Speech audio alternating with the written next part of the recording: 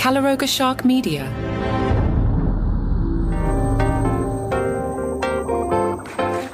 Hey, massive Bill Burr story again today. Hi, I'm Johnny Mac with your daily comedy news, but I do want to lead off with Marc Maron because this one kind of gut-punched me. This from Marc Maron's blog on marcmaron.com, and we knew this was coming, but this, like I said, this was a gut punch. Maron wrote, "Almost done, folks. I'm excited, but I'm also sorry to leave you people. I'll save the weepy goodbye for next week and stay strong this week. Well, actually, this Thursday show is all me talking about how I feel. And then Monday, we air the final episode, so I'll leave it at that. You can listen. I don't want to spoil it by writing everything I say. So today's show on WTF with Marc Maron is Mark Solo, and then Monday is whatever the final episode is."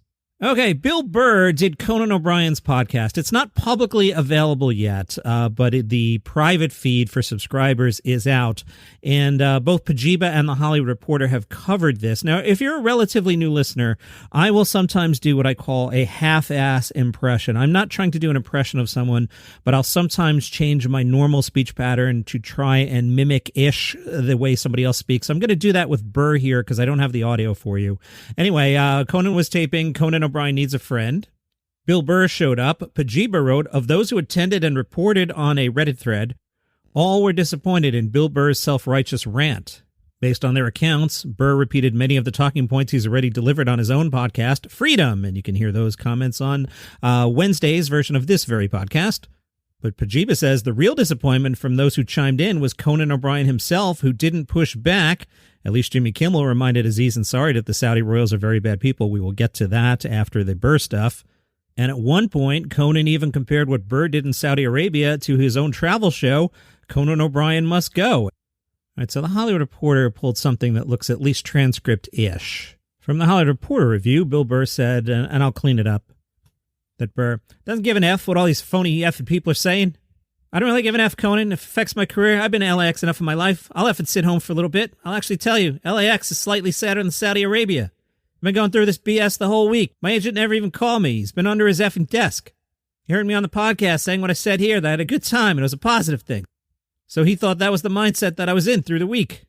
One of my favorite things is this scumbag club owner texting my tour manager because he heard I was over there. He goes, 'Bring back a burqa and a sweatshirt and size oppression.' That was his joke. So I wrote back to him, 'Why don't you concentrate on not ripping off comedians, you effing piece of S?' And he never wrote back." Burr tells Conan that events like the Riyadh Comedy Festival have to happen in order to push progress forward. It was necessary. It felt right afterward. I vibe with them, and they were funny effing people. I don't know what to tell you. I had a good time. I love doing the podcast, man. I appreciate you having me on, especially during all this BS. You're a real friend, dude." Pajiba said what was most disappointing was Conan acting as a yes man the whole time.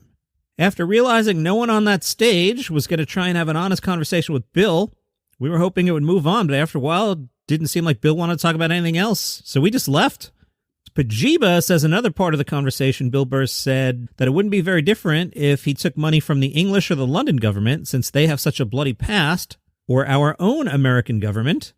So the episode's out now. If you want to be a paid subscriber, it will be available for free on October 15th.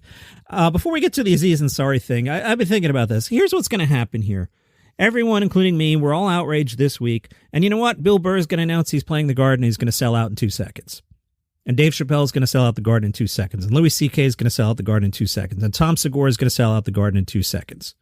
These guys may have added one sentence to their obituary, depending on how long that obituary is. Some comedians, like Jessica Kirson, I think are going to get the forever eye roll. I don't think Bill Burr is helping himself here, but I think somebody like Tom Segura, somebody like Sebastian Maniscalco, I think they're just going to sail along just fine and no one's going to care. The not-so-canceled Aziz Ansari, you may recall he was canceled a few years ago. Well, he's back, and he was on with Jimmy Kimmel, who asked him about the Riyadh Comedy Festival. I watched these clips. Aziz's body language is very nervous. He's looking down and away a lot. I'm not sure his body believes the words that his mind is saying. I want to ask you about this this comedy festival over in Saudi Arabia that you were part of. Was that this weekend that went on? It's going on now, and it's still going on right now. I think so. I'm not sure, but now this is obviously something that's become a big part of the news because people, a lot of comedians especially, are very upset because this is the people who paid the comedians to come to this are not good people. They are, it's a pretty brutal regime. They've done a lot of horrible, horrible things. And so people are questioning why you would go over there and take their money to perform in front of these people. And I'm just curious because you were there, you made this decision. I'm curious as to why you decided to do that. Yeah, no, I'm glad you asked because, it's something I put a lot of thought into. And, I have an aunt that lived there for a while. Mm-hmm. And I talked to her about this and she said, there's people over there that don't agree with the stuff that the government's doing. And to ascribe like the worst behavior of the government onto those people, it's not fair. Just like there's people in America that don't agree with the things the government is doing. Kimmel wasn't buying into any of that and followed up. The government over there is arresting people for peaceful protest. I mean, I know, we're doing horrible things over here, but they murdered a journalist. I mean, it's like, these are not good people over there. So did you deal with those people specifically? No, I was just there to do a show for the people. And I talked to my wife about this, before I went. And she said, whenever there's repressive societies like this, they try to keep things out, whether it's rock and roll music or, blue jeans, because it makes people curious about outside ideas, outside values. And this is a very young country. Like half the country is under the age of 25 and things can really change. And to me, like a comedy festival felt like something that's pushing things to be more open and to push a dialogue. And you kind of have to make a choice of whether you're going to isolate or engage. And for me, especially being me and looking the way I do and being from a Muslim background, it felt like something I should be a part of. And I hope it pushes things in a positive direction. Kimmel with a very good follow-up here. Did you have these concerns when you performed in India many years ago? Yeah, I mean, there's stuff there that, I don't feel great about, and I did it, and I'm Indian, and it was an important experience for me. And comedy in India is really thriving, and people are talking about things that are happening there, and some of them are even go to jail and things. But for this Riyadh thing, it was something I really thought about, and even before I went, I said, I'm going to do this, and I hope it's positive, and if I'm going to do this, I share the concerns that people have brought up, and it's all valid. And I said to myself and to my team, I said, hey, if we do this, part of the fee should go to support causes that support, free press and human rights. And like which causes specifically, or you thinking? I think I read about Reporters Without Borders, which I think that's is really a great organization, and Human Rights Watch as well. And it's a complicated issue, but I felt like it was something that's pushing things in the right direction, I hope. And then one more clip from the not-so-canceled Aziz Ansari. Again, his body language is very defensive in this segment. You felt that that in the long term, this will be a positive, people seeing comedy and American comedy and free speech. Yeah, I mean, so many people were there talking about stuff, and I hope people see that and they go, wow, this was really great, and I want more of this, not just in comedy, but in everything, to push things to be more open and to have the ability to say what we want and to have dissent and all this stuff, and hopefully it's a step in that direction. Nice job, Jimmy Kimmel. Tom Segura posted, last night we went to the only comedy club in Riyadh and had an amazing time. The comics were so warm and welcoming, and the crowd was incredible. We did the exact same sets we would do in the States, and they reacted just like a crowd at home would, well, minus the bit on pickleball. So glad we went, and tonight we'll do the arena. Lots of love to all the comics we met and to the crowd that came out. The comments on Segura's social media post did not go so well, but again, he'll sell out the garden in 2 seconds. At the Riyadh Comedy Festival tonight, Andrew Schultz, we're told Andrew Schultz always comes close to the line with his jokes. He's quick-witted, fearless, and has made a name for himself on social media. Let's find out how fearless you are, Andrew. Go for it. I dare you. Go for it.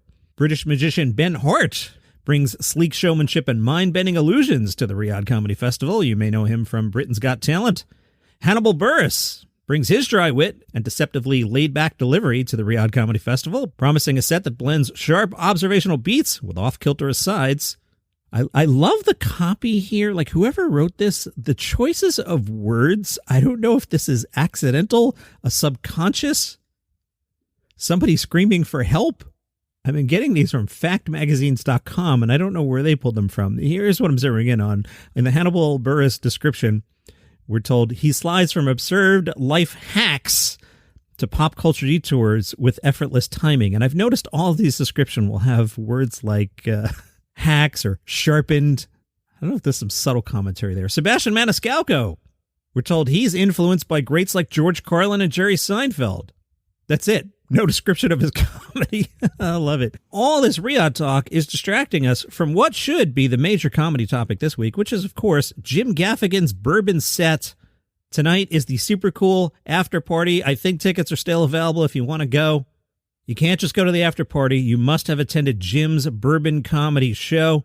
And they remind us, don't forget to show your ticket, and they hope to see you there. Hashtag Louisville, hashtag Bourbon, hashtag Kentucky, hashtag Father Time, hashtag October. And there's big bourbon news.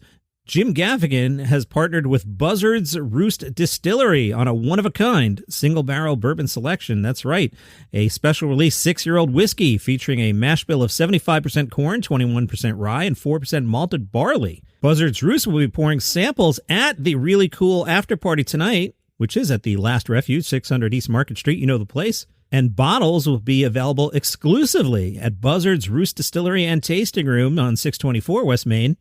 The retail price per bottle, which features a commemorative Jim Gaffigan label, is $125. Late Nighter says if you've seen headlines about Jimmy Kimmel losing half its audience, it hasn't. Are the numbers down from when he came right back? Of course they are. But Late Nighter says if you compare Kimmel's numbers last week to 2 weeks earlier, he was actually up 45% in total viewers and 52% among younger adults. He won the 11:35 slot for the second consecutive week. We'll see if he wins this week. Jimmy Fallon had on Taylor Swift. Late Nighter says, yes, Greg Gutfeld still drew more total viewers, but they remind us it airs at 10 Eastern, 7 Pacific. And maybe, perhaps, possibly, you could convince me 10 o'clock is a late night show, even though it's clearly not. 7 o'clock Pacific definitely is not. But Late Nighter says Kimmel got the most 18 to 49s, even including Gutfeld. All right, Jimmy Fallon. He's a survivor. He's working on a game show adaptation of Wordle for NBC. Savannah Guthrie would host the show. Fallon would get some producer credit for some reason. Who knows? I don't know how this all works. Somebody's got a good agent. Taylor Tomlinson, who may have accidentally killed off The Late Show. I've explained this before. I'll go quick here. So Taylor Thompson had been renewed at 12:30, and then she decides to walk away, so they decide to get rid of 12:30. Then later on, they decide to get rid of 11:30, saying, oh, that was always the plan. Now, here's my question. Why did you renew 12:30? Were you not going to have an 11:30 show? Were you going to move Taylor up to 11:30? Perhaps, possibly, maybe.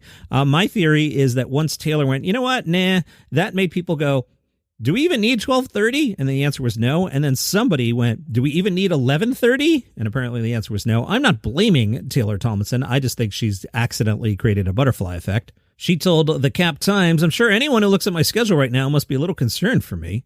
She's in Madison tonight and tomorrow and says, I've been on the road every single weekend. That's what you got to do to get an hour ready.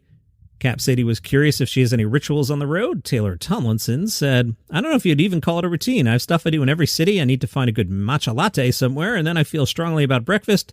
Then I need to go find a bookstore, a vintage shop, or both, preferably, and I need to walk a lot during the day. And now we're doing crowd confessions at the end of the show, so we're going through people's texts before I go on stage, whereas maybe before I may have been looking at my set list and pacing. I think that's also helped get my head in it and get me in a very I'm connected to this audience space. They asked her, comedians have been in the news lately. Kimmel suspension, Colbert's show.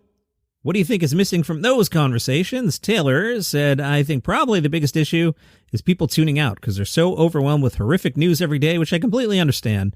I think it's all pretty clear and blatant at this point. I get it, but I'm much more scared of checking out and putting my head in the sand than being overwhelmed. What does she miss about After Midnight? She says, I miss the people, working with comedians every day. I miss watching people be so funny in many different ways. The thing I won't miss is the schedule. I was so disappointed they didn't replace me as the host because I was like, man, if somebody just wanted to stay in LA and not be on the road and do local spots, a comedian could still do that. But if it was your whole job, it was a dream schedule. But I was flying out every Thursday after doing 2 shows Wednesday, and my voice was always gone. I kept going to an ENT. It was like, you need to do vocal rest. And I was like, I literally can't. And that is your comedy news for today. Hopefully things will calm down with Riyadh, although my spidey sense is that Conan's going to get some blowback now. We will see. We'll catch up again tomorrow. Thank you for listening. Bye.